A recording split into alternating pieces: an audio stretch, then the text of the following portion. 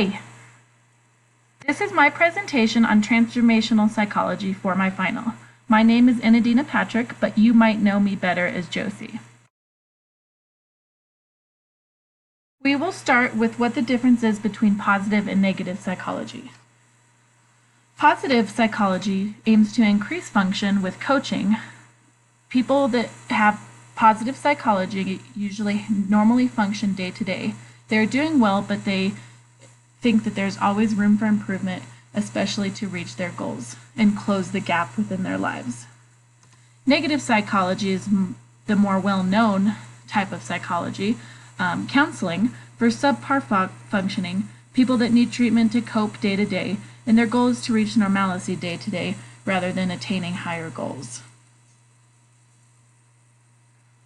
What's the difference between Christian psychology and transformational psychology? To start with, Christian psychology is reliant on a biblical worldview. Scripture is basis for the belief and the guidance. It integrates the Bible into secular studies to receive discernment from the Holy Spirit from these empirical studies. Transformational psychology focuses a little bit further deeper into that on spiritual formation, or psychology through the Spirit. The counselor, the counselee, and the Holy Spirit are always present within transformational psychology. Another main idea is we do not heal ourselves by our own power. A biblical worldview, as described by Golatas, says, developing a biblical worldview is aligning ourselves to the way that God sees the world. Only through this special revelation provided in the Bible can we learn who God is.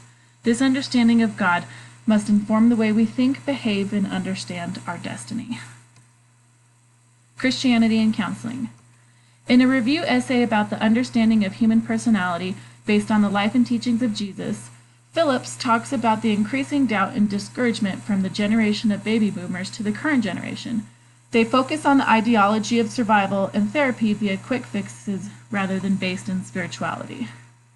Transformational psychology brings a realistic hope to counseling based on taking humans out of making meaning and putting Jesus and the resurrection meaning in its place.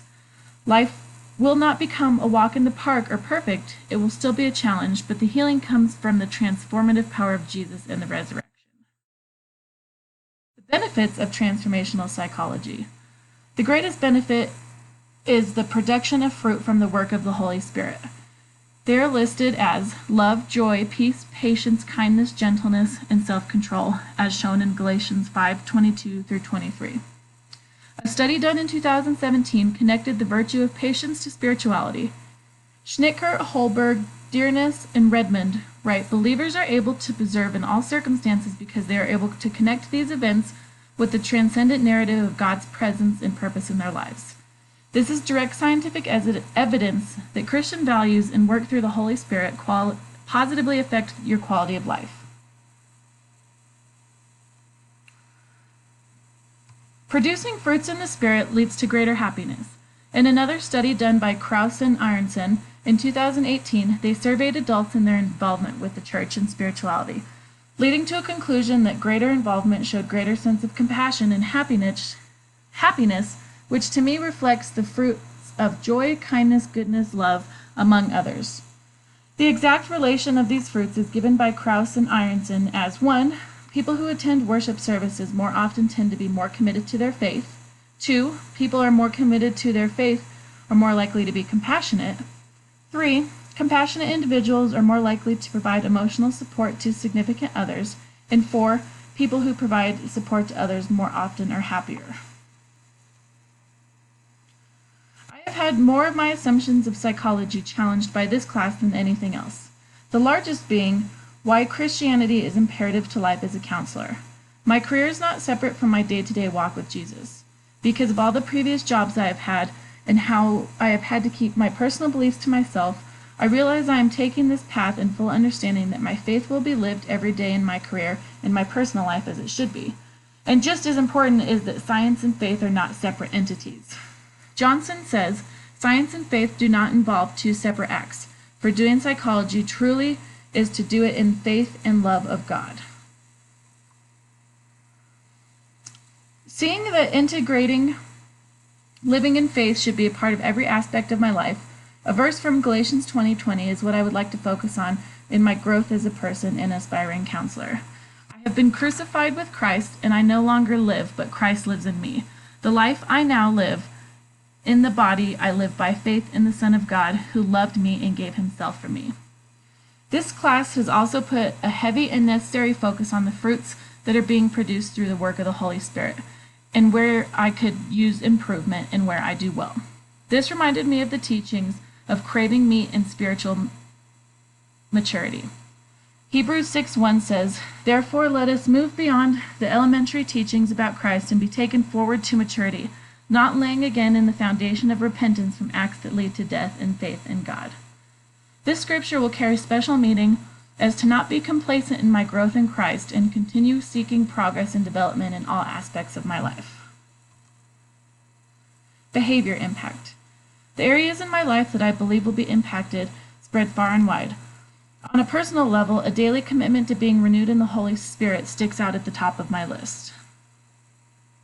One of the best parts of this course for me was the conversation between Eric Johnson and Sian Yang Tan. Mr. Tan describes his experience with secular psychology and Christian psychology and how the ideas marry so well. The most impactful statement for me was Dr. Tan saying, "The very essence of Christianity is we have come to an end of ourselves, and therefore we come to the Savior." This statement has me rethinking every prideful point in my life. When I decided to finish my degree, my goal was to finish what I had started. I had no idea this program would change who I am, to deepen my relationship with God, and bring whole new meaning to what I'm doing in my life, giving an all-inclusive and cohesive working of my life instead of viewing aspects separately. Finally, this has let me know just how important it is for my spiritual life to be in check in order to help others in theirs. I want to be in the best place possible so that others may be blessed by the Holy Spirit as I have been.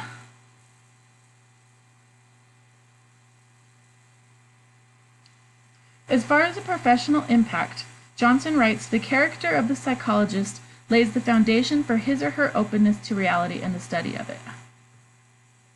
Spiritual disciplines develop this kind of character and thus are linked to the transformation of the person. This is important to experiences and relationships because it is important.